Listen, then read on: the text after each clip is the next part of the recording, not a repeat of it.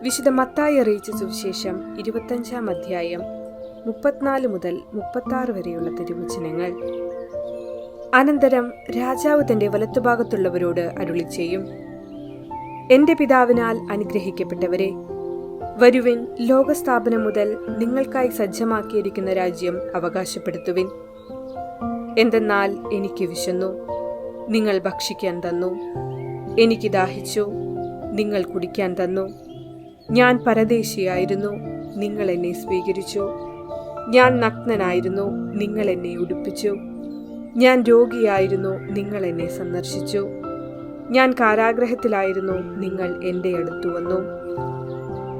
ഓർമ്മിക്കുക, നമ്മുടെ ദിവ്യനാഥന്റെ ഏറ്റവും വലിയ കൽപ്പന നാം പരസ്പരം ആത്മാർത്ഥമായി സ്നേഹിക്കണമെന്നതാണ്.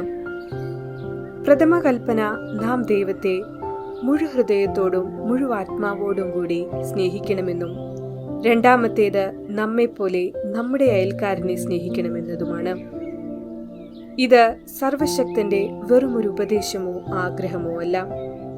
പ്രത്യുത അവിടുത്തെ ഏറ്റവും വലിയ കൽപ്പനയും എല്ലാ കൽപ്പനകളുടെയും അടിസ്ഥാനവും സത്തയുമാണ്.